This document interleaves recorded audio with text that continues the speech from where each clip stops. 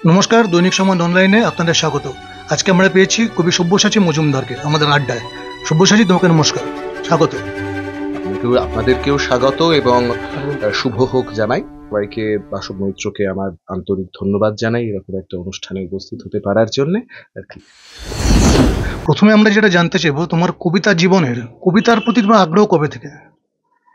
কবিতার প্রতি আগ্রহ যদি বলা যায় তাহলে আমি বলবো আমার জন্মাবধি, এটা জন্মাবধি নয়, জন্মাবধি হয় না ব্যাপারটা। যখন থেকে আমি চোখ মেলতে শিখেছি, আমি এমন একটা বাড়ি পেয়েছি, এমন একটা পরিবেশ পেয়েছি যে পরিবেশে কেবল কবিতা নয়, সাহিত্য এবং সাহিত্যটাই প্রধান হয়ে উঠেছে জীবনে, প্রধান করে দেওয়া হয়েছে, তাঁরাও করেছেন এবং আমিও সেটা পেয়েছি। ফলত ছোটবেলা থেকেই, যখন থেকে পড়াশুনো শুরু করেছি, পড়তে শুরু করেছি, তখন থেকেই সিলেবাসের বাইরের বই, কোট আনকোট যদি আমি বলি, তার প্রতি পড়াশুনো তো এগিয়েইছে এবং সিলেবাসের বই বস্তু তো কমই হয়েছে, তার বাইরের বই বেশি হয়েছে। ফলে বলা যায় যে জীবনের শুরু থেকেই কবিতা বা সাহিত্যের পাঠক হিসেবে যাত্রাটা শুরু হয়ে গেছে আর কি। প্রথম কবিতা কবে লেখো? এটা একটা মজা আছে। আমি কিন্তু প্রথম আমার ছাপা লেখা কিন্তু কবিতা নয়, হ্যাঁ, গদ্য।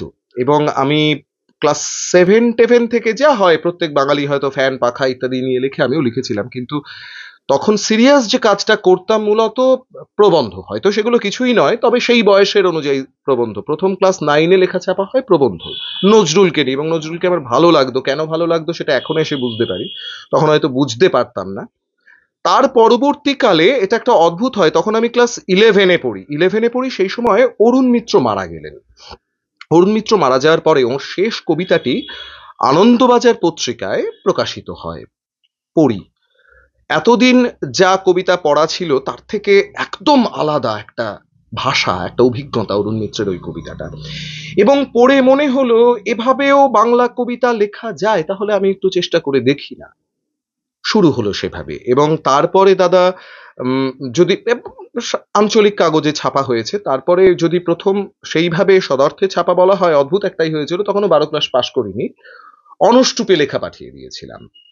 ওদের একটা অসাধারণ সংখ্যা হয়েছিল, ইরাক এবং এখন, তাতে আমার লেখা ছাপা হয়ে যায়। তখনও 12 ক্লাসের রেজাল্ট বেরোয়নি। মফস্বলে তো এটা একটা ব্যাপার, অনুষ্টুপে লেখা ছাপা হওয়া। ফলে তখন থেকে একটা প্রভোক পাই, এটা একটা প্রভোক করে। তারপরে আস্তে আস্তে আমি মনে করি 2005 সাল থেকে, 2002-এ ওই লেখাটি চাপা হয়, কিন্তু তাও মনে করি 2005 থেকেই আসলে সিরিয়াস লেখালেখির শুরু। তার আগে যেটা হচ্ছিল সেটা হয়তো কিছুটা বুঝতে পারছিলাম না, কিছুটা অন্ধকারে আন্দাজে হাতড়ানো এরকম। তোমার কবিতায় রহস্যের প্রতি একটা আকৃষ্ট রয়েছে, তুমি রহস্যের প্রতি আকৃষ্ট কবিতায়, কেন এটা?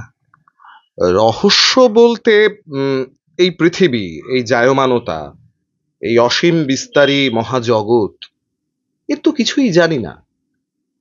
মহাজগতের কথাই বা বলি কেন? ধরুন আমি আমাকে, আমার চারপাশকে, আমার চারপাশের ছোট ছোট অস্তিত্বকে, এই যে গতকালকেই একটা, আমি যেখানে থাকি আমার বসতের খুব চারপাশেই গ্রামে ভরা। গ্রামে গেলাম, এই বসন্তে আগুন লেগেছে চতুর্দিকে। অনেক ফুল, অনেক ছোট ছোট নাম না জানা ফুল, পোকামাকড়, পাখি দেখলাম, তাদের নাম এখনো তো আমি জানি না। আমার বসতের জিনিসপত্রের নাম, যারা আমার পরিবেশে, আমার বেঁচে থাকার সঙ্গে সব সময় সংলগ্ন থাকছেন, তাদের নাম জানি না। এত না জানা, এত বিপুল না জানা, এত বিপুল তথ্য না জানা, এর প্রতি তো একটা আকর্ষণ থাকবেই।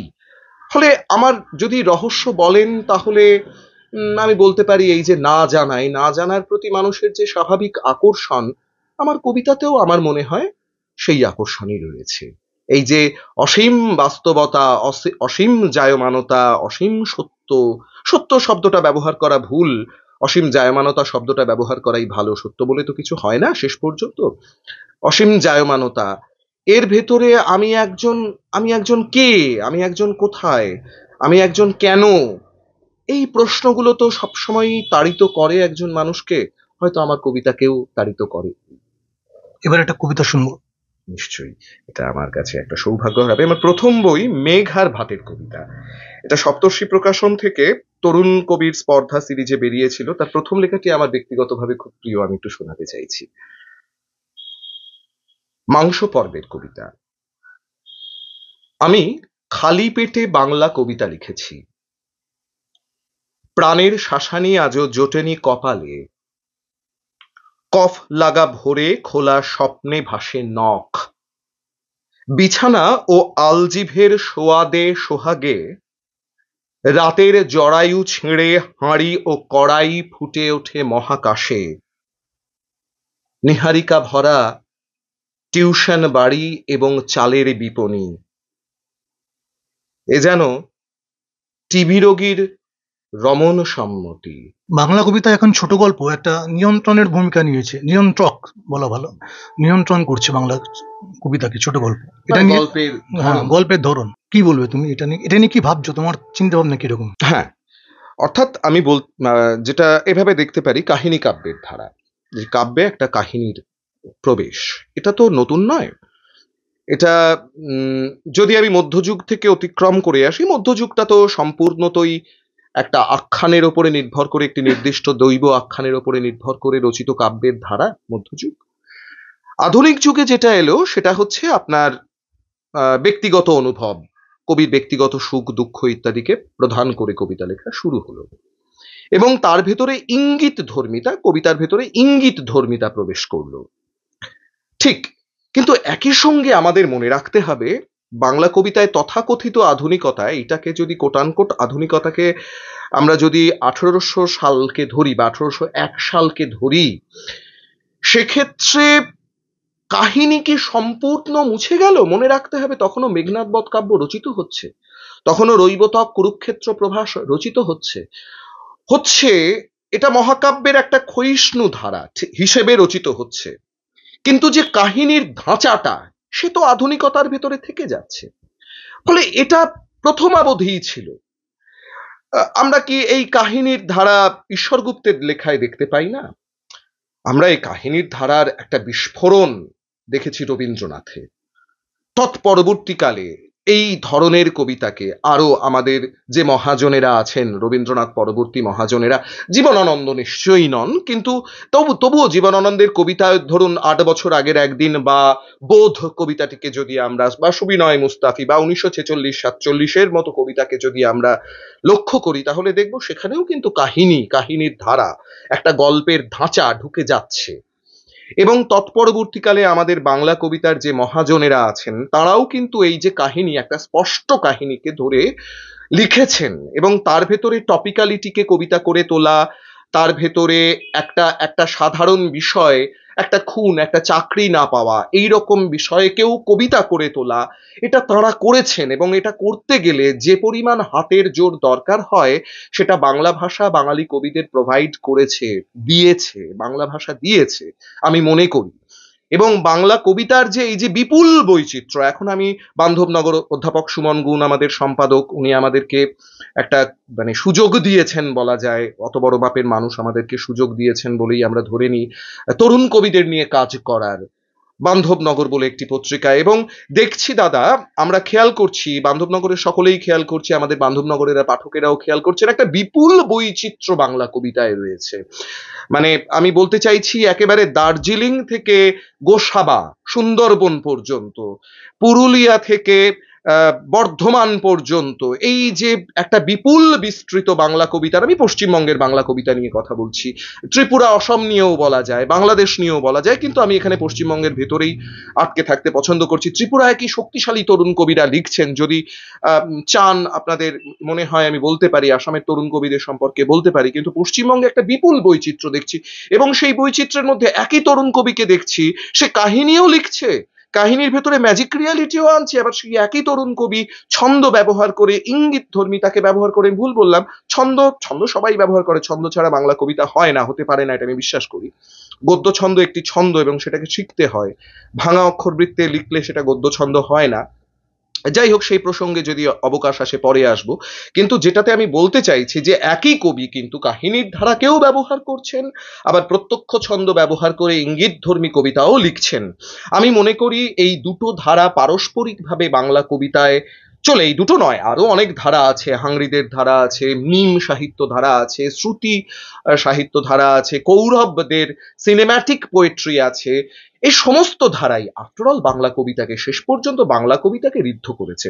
এবং কাহিনী কাব্যের ধারা যদি আমি ধরি, কাহিনীর ধারা, সে তো করেইছে, অবশ্যই করেছে। এবং এটা খুব এনরিচড একটা ফর্ম বলেই আমি মনে করি। ছন্দ বিষয়ে বললে, ছন্দ বিষয়ে তোমার অভিজ্ঞতা কিরকম? ছন্দ নির্মাণ কতটা জরুরি তুমি মনে করো? ছন্দ নির্মাণ হয় না, ছন্দ এই যে আমি হাঁটছি, চলছি, খাচ্ছি, কথা বলছি, প্রত্যেকটার ভেতরে একটা ছন্দ আছে। এটা আমাকে শিখিয়েছে ভারতীয় মার্গীয় সঙ্গীত। আমি এটাও একটা পেয়েছিলাম ছোটবেলা থেকে, গানের বাড়ি। আমার বাড়িতে কিছু মানুষ থাকতেন যারা শাস্ত্রীয় সঙ্গীত চর্চা করতেন, রবীন্দ্রসঙ্গীত চর্চা করতেন। আমার বাড়িতে আমি সঞ্জিদা খাতুনকে শোনার সৌভাগ্য পেয়েছি। ফলত আমার যেটা হয়েছে, আমার মানে সমস্ত কিছুর ভেতরেই আমি ব্যক্তিগতভাবে একটা ছন্দ, একটা তাল, একটা প্রত্যক্ষ স্পন্দকে খুঁজে পাই। আমি এখনো খুব ভাবে মার্গীয় সঙ্গীত শুনি এবং মনে হয় যে বাংলা কবিতার সঙ্গে মার্গীয় সঙ্গীতের ভীষণ বেশি মিল আছে বাংলা শব্দ সংস্থানের জন্য। ছন্দ অত্যন্ত জরুরি কবিতা লেখার জন্য। এবং অনেকে বলেন, কিন্তু সেটা বোধহয় মানে অজান্তে মুখ ফসকেই কিছুটা ভ্রমপূর্ণ কথা বলে ফেলেন যে আমি ছন্দে লিখি না। ছন্দে হয় না, ছন্দে এটা হয় না, মানে ছন্দে লিখি না এটা হয় না। হয় তুমি ভুল ছন্দে, ভাঙা ছন্দে, ছন্দ এবড়ো খেবড়ো ভাবে কিছু কথা লিখছো, অথবা তুমি ছন্দে লিখছো। গদ্য ছন্দও একটি স্পষ্ট ছন্দ। বিশেষ করে গদ্য ছন্দের জন্য এই কথাটা বলা আমাদের পক্ষে খুব সহজ হয়ে যায়, কিন্তু আমাদের পক্ষে তখনই সহজ হয় যখন আমরা পড়াশোনাটা করি না গদ্য ছন্দ নিয়ে। যদি আমি ছন্দ নিয়ে পড়াশোনাটা করি তাহলে দেখব গদ্য ছন্দ, ফ্রি ভার্স, এগুলো রীতিমতো এক একটা স্পন্দমান শব্দ প্রবাহ, ধ্বনি প্রবাহ। এবং বাংলা কবিতা লেখার জন্য একজন কবিকে প্রত্যেকটি ছন্দ অধ্যয়ন করা প্রয়োজন, মক্ষ করা প্রয়োজন বলে আমি বোধ করি।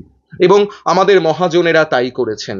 এই মুহূর্তে যদি আমার মনে পড়ে, আমি রবীন্দ্রনাথের কথা বলি, আমি জীবনানন্দের কথা বলি, আমি উৎপল কুমার বসুর কথা বলি, আমি প্রণবেন্দু দাশগুপ্তের কথা বলি, আমি দেবদাস আচার্যের কথা বলি, আমি মনীন্দ্র গুপ্তের কথা বলি, এরা প্রত্যেকে ছন্দ দক্ষ। অরুণ মিত্রের কথা বলি, সব থেকে ভালো উদাহরণ দেওয়া যাবে অরুণ মিত্রকে দিয়ে। অরুণ মিত্রকে আমরা চিনি গদ্য ফরম্যাটের কবি হিসেবে, কারণ আমরা প্রথমাবধি পড়ি না। যদি পড়ি তাহলে দেখব অরুণ মিত্র আস্তে আস্তে প্রত্যক্ষ ছন্দকে কি প্রবল ভাবে ব্যবহার করে তারপরে গদ্য ছন্দে এলেন। এটা কিন্তু রবীন্দ্রনাথের ক্ষেত্রেও তাই। এবং দুজনের লেখা থেকে বা ব্যক্তিগত মানে আরো মহাজনদের সাথে আমি কথা বলে এটা অনুভব করেছি এবং বিশ্বাস করেছি, গদ্য ছন্দে লেখাটা খুব কঠিন। এটার জন্য সমস্ত ছন্দ অধ্যয়ন করা দরকার। একজন তরুণ কবিকে দীর্ঘদিন ধরে লেখার জন্য, লেখায় বৈচিত্র্য আনার জন্য ছন্দ অধ্যয়ন করা জরুরি। তারপরে তিনি কোন ফরম্যাটটাকে ব্যবহার করবেন তাঁর ব্যাপার। তিনি গদ্য ফরম্যাটে লিখবেন, না ফ্রি ভার্সে লিখবেন, না কি অক্ষরবৃত্তকেই প্রধান করে তুলবেন, না মাত্রাবৃত্ত না স্বরবৃত্ত, এটা তাঁর ব্যাপার। কিন্তু প্রত্যেকটা ছন্দকে জানতে হবে। প্রধানত ছন্দ বৈচিত্র্য দেয়, দ্বিতীয়ত ছন্দ বাণীর সৌন্দর্য সম্পাদন করে, কিছুটা মঞ্জুলতা আনেন, সুন্দর আনেন, রুচি আনেন, তারপরে বৈচিত্র্য দেন। একজন কবির হাতে যদি বিভিন্ন ছন্দ থাকে, আমরা যদি এই সাক্ষাৎকার যদি কোনো কবি শুনে থাকেন, আপনি একজন পুরনো দিনের কাব্য চর্চাকারী মানুষ, আপনি নিজে লেখেন, কাজেই আপনি এটা বুঝতেই পারছেন যে এক সময় লিখতে লিখতে, একই রকম লেখা লিখতে লিখতে আমাদের নিজেদের মধ্যেও একটা ক্লান্তি আসে। সেই ক্লান্তিকে অতিক্রম করতে শেখায় ছন্দ। ফলত ছন্দ বিষয়ে আমার এটা স্পষ্ট মতামত। কবিতা লিখতে গেলে, কবিতা গাছ, আকাশ, বাতাস, ফুল, পাতা, পাখি থেকে হঠাৎ করে নামে না। কবিতা একটা মেকিং। কবিতা আমার ঐতিহ্য, আমার পরিবেশ, আমার প্রতিবেশ, আমার প্রকৃতি। প্রকৃতি বলতে আমি কিন্তু এই গাছপালা, ফুল, পাখি নয়, আমার ছায়া, অছায়া, অ্যান্টিম্যাটার সমস্ত কিছুই আমার প্রকৃতির ভেতরে। প্রত্যেকটা মানুষও প্রকৃতির একটা অঙ্গ, মানুষ তো আলাদা কিছু নয়। মানুষ প্রকৃতিকে জয় করেও বেঁচে নেই। এই প্রকৃতির ভেতরে যে ছন্দ রয়েছে, এই বিশ্ব চলমানতার ভেতরে যে ছন্দ রয়েছে, সেই ছন্দকে অধীত করতে গেলে এবং মানে কবিতার দীর্ঘস্থায়িত্ব করতে গেলে, আনতে গেলে, কবিতা মেকিং, আমি মনে করি কবিতা যেমন একটা আশ্চর্য মুহূর্তের, কখনো কখনো আশ্চর্য মুহূর্তের প্রমা, তেমন এই প্রমাটাকে, এই প্রমাকে, এই চিন্তার প্রমাকে খাতায় ধরতে গেলে, তাকে একটা শেপে আনতে গেলে, তাকে একটা অবয়বে আনতে গেলে একটা মেকিং এর দরকার হয়, এবং মেকিংটাও অনেক ক্ষেত্রে প্রধান হয়ে ওঠে।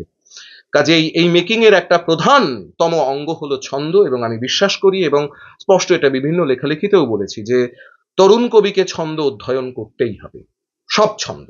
তারপরে তিনি কোনটা লিখবেন তার স্বভাব অনুযায়ী, তার ব্যাপার। তুমি দশক ভাগে কতটা বিশ্বাসী? প্রচন্ড ভাবে। এ কথাটা অনেকের কাছে একটু আশ্চর্যের বলে মনে হলেও দশক ভাগে আমি বিশ্বাসী। এই কারণে বিশ্বাসী, এটা কিছু যুক্তি আছে।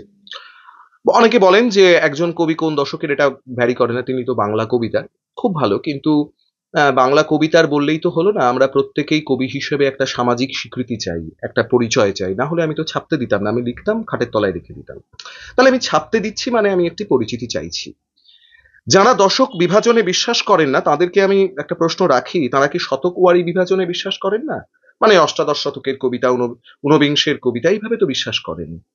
তাহলে শতকের বিভাজনে যদি বিশ্বাস করা যায় তাহলে দশকের বিভাজনে বিশ্বাস করব না কেন? প্রশ্ন আসতে পারে যে শতক একটা বিরাট সময়, অনেকটা বিবর্তন ঘটে যায়, সেই বিবর্তনের ছাপ একটা সময়ের ভেতরে পড়ে। ঠিক, মেনে নিচ্ছি। কিন্তু এটাও আমাদের দেখতে হবে স্বাধীনতা পরবর্তী, আমি স্বাধীনতা পরবর্তী বলবো না, আমি বলবো বিশ্বব্যাপী কমিউনিস্ট পার্টি আগমনের পর এবং একই সঙ্গে মুক্ত বাণিজ্য বা বাণিজ্যায়নের পর থেকে আমাদের ইনফরমেশন গ্যাদারিংটা বেড়েছে অত্যন্ত। ধরুন, যদি অষ্টাদশ শতকের আমি খুব নিষ্ঠ পাঠক হই এবং খুব চেষ্টা করেও খুব ভালোভাবে, অষ্টাদশ আমি খুব দূরে যাচ্ছি না, খোঁজ করি 50 থেকে 60 জন কি 100 জন কবির নাম পাবো, তার বেশি পাবো না। স্বাধীনতা পরবর্তী সময়ে, আমি এটা বলি রবীন্দ্র পরবর্তী সময়ে, আমাদের বাংলায় ছাপাছাপিটা অনুকূল হতে শুরু করলো। ফলে এই 100 বছরের মধ্যে 2000 থেকে এটা 100 বছরে 2000 ভুল বললাম, অন্তত 2 লাখ কবির নাম উঠে আসতে পারে। যদি আমি 1947 থেকে 2025 এইটুকু সময় ধরি, রবীন্দ্রনাথ 1947, আমি রবীন্দ্রনাথের পর থেকে 1942 থেকে 2025 এই সময়টা দেখি, তার মধ্যেই 30,000 কবির নাম চলে আসবে। কেন? না, ছাপাছাপির সুবিধাটা হয়েছে। এর ফলে প্রত্যন্ত গ্রামের যে মানুষগুলি আক্ষরিক অর্থে লিখতেন, হয়তো 2-4 জন পাড়ার লোককে শোনাতেন আর খাটের তলায় রেখে দিতেন, তাদের বই হওয়া শুরু হলো, তারা আলোয় আসতে শুরু করলেন এবং প্রত্যেকেই কিছু না কিছু কথা বললেন যে কথাগুলোকে ধরা উচিত, ধরে রাখা উচিত, নথিবদ্ধ করে রাখা উচিত। তাই আলোচনার সুবিধার জন্য এবং সেই কবিকে তার নির্দিষ্ট একটি সময়ের ভেতরে নথিভুক্ত করে রাখার জন্য দশক ওয়ারি বিভাজনের প্রচন্ড প্রয়োজন হয়ে পড়লো বলে আমি মনে করি। কারণ যেহেতু কবির সংখ্যা বাড়লো, শতক ওয়ারি বিভাজন এর আগে হয়েছে কারণ কবির সংখ্যা কম ছিল। এবার কবির সংখ্যা যত বাড়ছে, কবির সংখ্যা কম ছিল বলতে আমি ভুল বললাম, কবির পরিচয়টা কম হতে শুরু ছিল। এখন মফস্বলের প্রান্ত থেকে, আপনি বুঝতে পারছেন, সুন্দরবনের প্রান্ত অঞ্চল থেকে তরুণ কবিরা কবিতা লিখছেন। এটা তো তখন ছিল না, আজ থেকে 1-150 বছর আগে সম্ভব ছিল না। এখন হচ্ছে কেন? এই যোগাযোগ এবং ছাপাছাপির ব্যবস্থা সুবিধার জন্য এরপর জন্য প্রচুর কবি আসছেন এবং তাদেরকে নথিভুক্ত করতে গেলে, একটা শতকের মধ্যে করতে গেলে একটা বিপর্যয় হয়ে যাওয়ার সম্ভাবনা, অনেকের নাম বাদ পড়ে যেতে পারে সেক্ষেত্রে। কিন্তু তাদেরও ছোট ছোট কাজ আছে যে কাজগুলোকে বাংলা কবিতা থেকে অস্বীকার করা যাবে না। ফলে এই দশক ওয়ারি বিভাজনটা আলোচনার সুবিধার জন্য, আমি নিজে একজন আলোচনা করি, আমার ক্ষেত্রে ভীষণ উপকার হয়। দ্বিতীয়ত, যদি অনেকেই বলেন, যদিও বলেন যে দশকের প্রভাব পড়ে না, না পড়ে বলে আমি বিশ্বাস করি, কিছু কিছু দশক প্রভাব রাখে। তার মধ্যে দুটো দশকের স্পষ্ট প্রভাব আমরা সকলেই স্বীকার করে নিই। একটা 50-এর দশক, স্বাধীনতার প্রভাব প্রবলভাবে পড়েছে এবং লার্জার দ্যান লাইফ কিছু লেখককে তৈরি করেছে। আমি সুনীল গাঙ্গুলিদের এরার কথা বলছি, শীর্ষেন্দু মুখোপাধ্যায় এখনো জীবিত আছেন ওই এরার, এবং ভাবুন এই বয়সেও তার কি অরা, কি আলো দিচ্ছেন তিনি। এটা এটা এটা আমরা হয়তো পারবো না অতদিন পর্যন্ত টিকে থাকতে। আবার 70 দশককে আমরা জানি, 70 দশকও একটা প্রবল প্রভাব বিস্তার করেছে বাংলা কবিতায় এবং বেশ কিছু বাংলা কবিতার মানে বাংলা কবিতাকে আন্তর্জাতিক করে দিয়েছেন। বেশ কিছু গুরুত্বপূর্ণ মানুষে তো উল্লেখ করার প্রয়োজন করে না, আমরা সকলেই জানি 70 দশকে কি ঘটেছিল। কিন্তু আমরা লক্ষ্য করি না এটাই যে 60-এর দশক একটা প্রবল প্রভাব বিস্তার করেছিল তার কবিতায়। আমি বলতে চাইছি 60-এর দশকে কমিউনিস্ট আন্দোলন ভারতবর্ষের ক্ষেত্রে একটা খুব গুরুত্বপূর্ণ ভূমিকা নিয়েছিল। 70-এর দশকে তার ফলাফলটা ফলেছিল, কিন্তু প্রস্তুতি পর্বটা ছিল 60, এবং 60-এর কবিতায় একটা বর্ম গড়ে উঠলো। 60-এর কবিতা 50-এর কবিতা কিছুটা হলেও জনপ্রিয়তার উপাদানকে ব্যবহার করলো, 60-এর কবিতা সেই জনপ্রিয়তার উপাদান প্রবলভাবে ছেঁটে ফেলা শুরু করলো। এটাকে আমি বলি বর্ম। 50-এর কবিতা জয় করলো, যুদ্ধ জয় করলো, অনেক পাঠককে টেনে আনলো, আর কোরটা তৈরি করলো 60-এর কবিতাকে পড়লে আমরা বুঝতে পারি এটা 60-এর কবিতা। আমরা যদি একটু মাইনিউটলি লক্ষ্য করি তাহলে 80, 90, 0 তিনটে পরপর খুব উত্তেজনার দশক আমার কাছে। আমরা খেয়াল করি না। আমরা প্রাধান্য দিই, কথা বললেই বলি যে যদি আমরা এই সময়টাতে আসি, এই সময়ের সবচাইতে গুরুত্বপূর্ণ চিহ্ন আমি যদি বলি, জিজ্ঞেস করি, তাহলে সবাই বলবেন গ্লাসনস্ট পেরেস্ট্রোইকা এবং বিশ্বায়নের আগমন। বিশ্বায়নের আগমন আরো বেশ কিছু আগে ঘটে গিয়েছে। গ্লাসনস্ট পেরেস্ট্রোইকা 90 সালে হলো অফিসিয়ালি, কিন্তু এর প্রস্তুতিটা চলেছিল গোটা 80 জুড়ে। 80 এমন একটা সময়, যে সময় অন্তর্ঘাতী। এই সময়ে আমাদের সুমন দা লিখতে এসছেন, সুমন গুণের যদি আমি আমি হাতের কাছে আছে আমাদের কাছে, মানে আরো অনেক উদাহরণ দেওয়া যায়, অনেক গুরুত্বপূর্ণ কবি 80-তে রয়েছেন। আমি সবাইকে স্বীকার করছি করে আমি সুমনদার উদাহরণ দিতে পছন্দ, মানে আমার সুবিধা হচ্ছে, আমি সুমনদার কবিতার সঙ্গে বেশি বিলং করি বলে সুমনদার কবিতা পড়লে যেটা বোঝা যায়, কি অন্তর্ঘাত। প্রত্যেকটা শব্দ এক একটা শব্দ এক একটা ব্যঞ্জনা চাইছে, এক একটা প্রলম্বন চাইছে। আপাত নিরীহ, আপাত দেখতে সে শান্ত, কিন্তু তার ভেতরে প্রবল গর্জন চলছে। এই 80-র যে ক্ষয়িষ্ণুতা, সে ভেঙে যাচ্ছে, তার পুরনো যৌথ খামারের চিন্তা ভাঙছে, নতুন একটা অর্থনৈতিক বাবল তাকে গ্রাস করছে। এই অনিশ্চয়তার ফলে তার একটা কোর গড়ল, জনপ্রিয়তার উপাদানকে কম ব্যবহার করলো। ভেবে দেখুন 70-এর দশক, 50-60-এর যে সম্পর্ক, 70-এ তাই হলো, 70-80 সেই সম্পর্ক হলো। এইবার আসছে 90-এর একটা দ্বৈত সত্তা আমি খেয়াল করেছি। বিশ্বায়ন বলবো আমি, বিশ্ব নাগরিক হয়ে ওঠা বলবো আমি, যখন থেকে শুরু হলো বাঙালি কবিদের, দুটো প্রত্যক্ষ স্তর আমি 90-এ দেখি। একদল বিশ্বায়নকে মোকাবিলা করতে পারলেন না, বিশ্বায়নের ভেতরে হারিয়ে গেলেন, আরেক দল কোর গড়ে তুললেন। 90-এর কবিতা, যদি 90-এর গুরুত্বপূর্ণ কবিদের কবিতা আমরা ফলো করি, তাহলে এটা কিন্তু লক্ষ্য করব। একদল বিশ্বায়নের ভেতরে হারিয়ে গেলেন। আমি বলছি না, এটা কিন্তু অসৎ অর্থে বলছি না, হারিয়ে যাওয়া, বিস্ময়ে ভ্রমী, এই যে বিস্ময়ে ভ্রমা, বিশ্বায়নের বিস্ময়ে যে ভ্রমণ, ইতিউতি ভ্রমণ, যে বিপজ্জনক ভ্রমণ, তারা সেরেছেন। আরেক পক্ষ এই বিশ্বায়নকে সন্দেহ করেছেন, সন্দেহ করে তারা কোর গড়ে তোলার চেষ্টা করেছেন, বর্ম গড়ে তোলার চেষ্টা করেছেন এবং বিশ্বায়নকে আত্মস্থ করার চেষ্টা করেছেন। একদল বিশ্বায়নের সঙ্গে গিয়েছেন নতুন অভিজ্ঞতা, নতুন অর্থনৈতিক অভিজ্ঞতা, নতুন অর্থনৈতিক চিন্তার দিকে। আমি অসৎ অর্থে কোনোটাই বলছি না, আমার কাছে প্রত্যেকটা ঘটনা খুব খুব ওয়েলকাম, আমি খারাপ বলে কিছু মনে করি না। আমার কাছে গ্লাসনস্ট পেরেস্ট্রোইকাও ওয়েলকাম, আমার কাছে বিশ্বায়নও ওয়েলকাম। কারণ আমার মনে হয় যে প্রত্যেকটা ঘটনাই জায়মান, এবং এই সত্যিকে আমি যদি অপছন্দ করি, তাহলে আমার অপছন্দ তৈরি হবে। ওটা সত্যি, ওটা ঘটেছে, ওটাকে অস্বীকার করার কোনো জায়গা নেই, বা এটা ঘটছে, এটাকে অস্বীকার করার কোনো জায়গা নেই। অস্বীকার করলে নিজেকেই অস্বীকার করা হয়। পৃথিবীতে 500 কোটি মানুষ, 500 কোটি মানুষের মতো করে ভাববেন, তিনি সকলেই আমার মতো করে ভাববেন, এটা ভাবাটা স্বৈরাচার বলে মনে করি। আমি কোনোটাই অসৎ অর্থে বলছি না, আমি বলতে চাইছি যে একদলের প্রবণতা হলো এরকম, তারা একটা বিপজ্জনক পথে পা বাড়ালেন, পিচ্ছিল পথে পা বাড়ালেন, অ্যাডভেঞ্চারের দিকে এগোলেন। আরেক দল চেষ্টা করলেন একটা বর্ম গড়ে তুলে বিশ্বায়নকে আমি কিভাবে, আপনারা মানে দেখবেন আমি জানি না, অনেকেই দেখেন, বিভিন্নভাবে দেখেন, কিন্তু আমি বিশ্বায়নকে দেখি একটা বন্যা হিসেবে, যার জল ওঠাও আছে, যার ভেতরে প্রবল পলিও আছে। বিশ্বায়ন বা এই যে আন্তর্জাতিকতাবাদ, বাঙালি কবিকে বা বাংলা কবিতাকে অনেক কিছু দিয়েছে, অনেক গুরুত্বপূর্ণ চিহ্ন দিয়েছে, কিছু কেড়ে নেয়নি। কেউ কিছু কেড়ে নিতে পারে না বলেই আমার মনে হয়, শুধু দেয়ই। যাই হোক, সবটাই গ্রহণ করার। বিশ্বায়নের 90-এ স্পষ্টই দুটো ভাগ দেখা গেল। একদল আত্মস্থ করলেন, আরেক দল তার ভেতরে চলা শুরু করলেন, অ্যাডভেঞ্চার, বনের ভেতরে চলা শুরু করলেন, বিস্ময়ে ভ্রমণ করলেন। 00 দশক যেটা করলো, অর্থাৎ আমাদের সময়ের কবিরা, আমার যেটা মনে হয়েছে যেটা করলো, সেটা হচ্ছে জনপ্রিয়তার উপাদান ইচ্ছে করে ছেঁটে ফেলে দিল কবিতা থেকে, এবং বিভিন্ন ছন্দকে ব্যবহার করে ওই 80-র অন্তর্ঘাতকে ফিরিয়ে আনার চেষ্টা করলো, যে অন্তর্ঘাত দিয়ে সে তার বিস্ময়ের, সে তার নতুন, সে তার না জানা, টুইটারকে, অর্কুট, প্রথম আমাদের কাছে এলো অর্কুট, তারপরে এলো, না প্রথমে এলো বোধহয় পেজার এলো, পেজারের পরে কম্পিউটার এলো, কম্পিউটারের পরে মোবাইল ফোন এলো, মোবাইল ফোনের পরে অর্কুট এলো, অর্কুটের পরে ফেসবুক এলো। এই পরিস্থিতিগুলোকে আমরা গ্রাস করলাম, আমরা নিলাম, আমরা আত্মস্থ করলাম, এবং আত্মস্থ করার পরে এই বিশ্বায়ন পরবর্তী বা বিশ্বায়নের পরবর্তী বাংলা কবিতার প্রকৃত চেহারা হয়তো ফুটে উঠল 00 দশকের কবিতায়।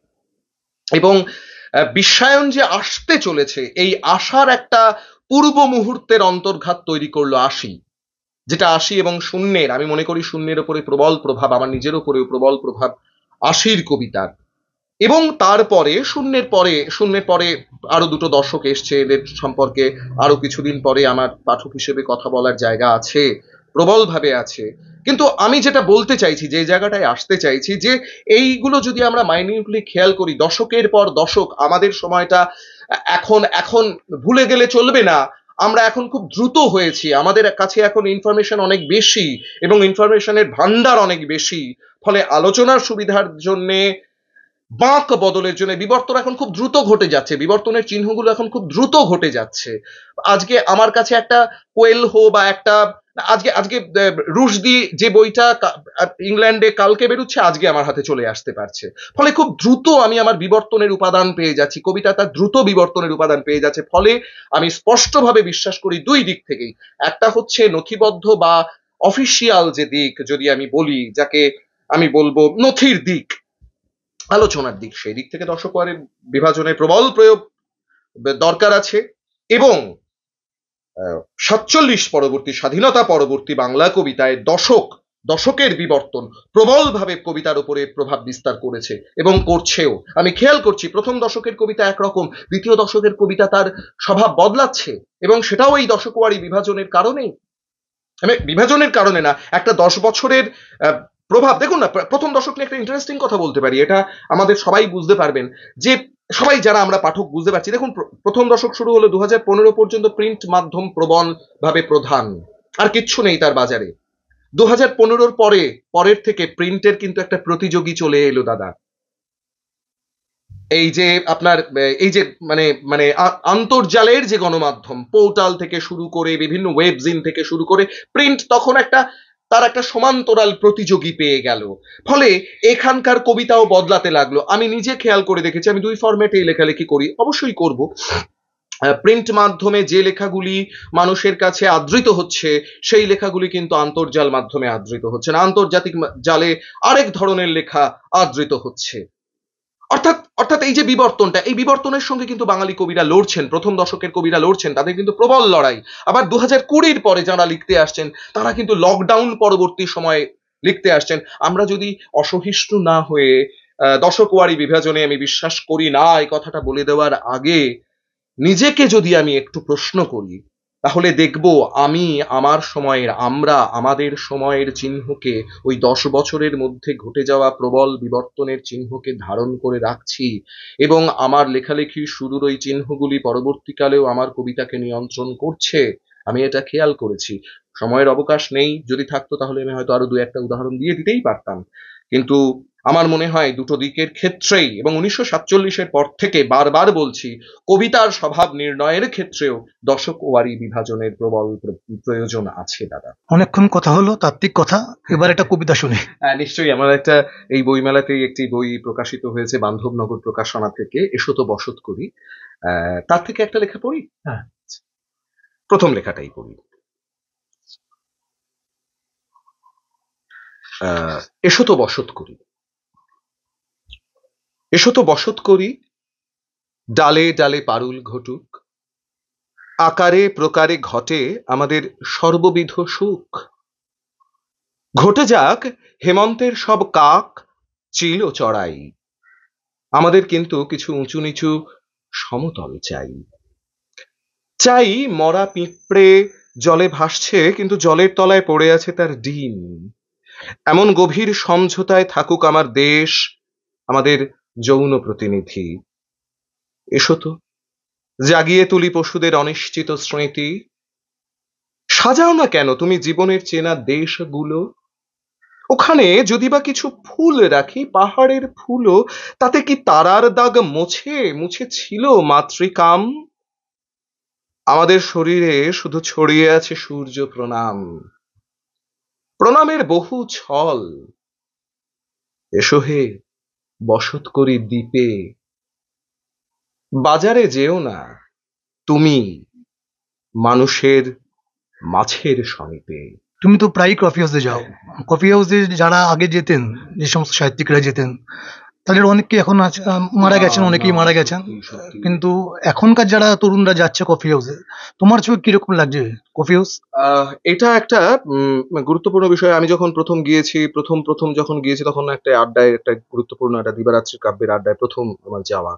তারপরে নিজেদেরই বন্ধু বান্ধবেরা, আমার বেশ কিছু বন্ধু বান্ধব, তখন আমি গহন বলে একটা কাগজ করতাম, এবং আরো কিছু এই আস্পর্ধা সূত্রেও কিছু বন্ধু বান্ধব এরকম আমরা কফি হাউসে বসতাম। সেই সময় কফি হাউসের অনেক আড্ডাই হতো, গুরুত্বপূর্ণ খুব কয়েকটি গুরুত্বপূর্ণ আড্ডা ছিল। উবু ১০-এর আড্ডা ছিল, এসব আড্ডা ছিল। আহ, কিন্তু আমাদের সময় মনি ছিলেন উৎপল কুমার বসু।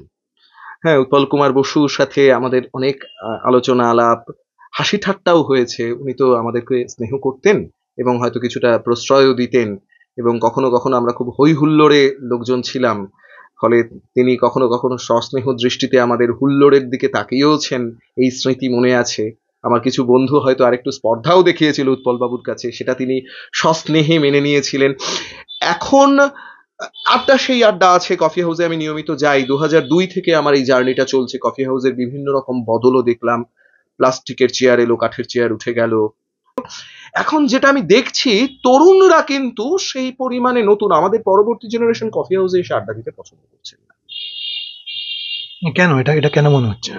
আমাদের কি অনেকগুলো আড্ডার জোন তৈরি হলো, এবং আমার এটাও একটা মনে হয়েছে অনেকগুলো আড্ডার জোন তৈরি হয়েছে। প্রথমত, কফি হাউসের আরো অনেকগুলো কফি হাউসের ব্রাঞ্চ খুলেছে, আরো ছোট ছোট কাফে হয়েছে পাড়ায়, বিভিন্ন কাফে কালচারটা এখন বেড়েছে, এইটা তো একটা কারণ।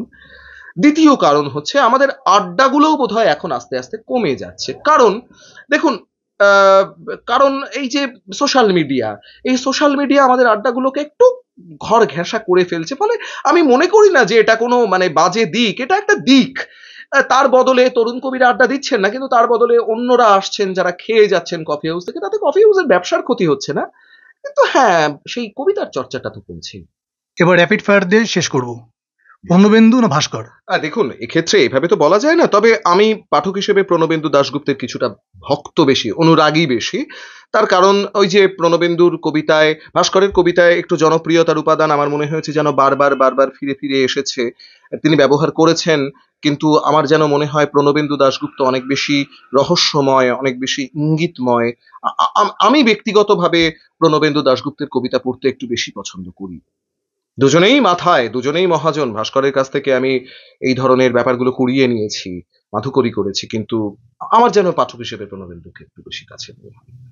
সন্দীপন না স্বপ্নময়? হ্যাঁ, এটা তো বিপজ্জনক। দুজনেই মহাজন, দুই সময়ের মহাজন। তবে যদি আমাকে বলেন তাহলে আমি স্বপ্নময় চক্রবর্তীর কাছেই যাব। কারণ সন্দীপন চট্টোপাধ্যায়কে আমার অনেক ক্ষেত্রে মনে হয়নি, মানে হয়তো আমি ওর গদ্যে প্রবেশ করতে পারিনি, কিংবা কিছু কিছু ক্ষেত্রে গদ্যটা আমার মনে হয়েছে এটা আমার মানে দারিদ্র্য, আমার পাঠের দারিদ্র্য, যে আমি বুঝতে পারছি না।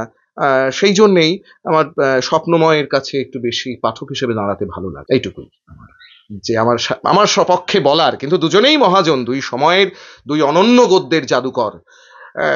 কাজেই এগুলো বলা খুবই টাফ, কিন্তু ওই যে পাঠক হিসেবে একজনের একটু ভক্ত থাকাই আর কি, কোট আনকোট। আজকের আড্ডা এখানেই শেষ করছি। নমস্কার।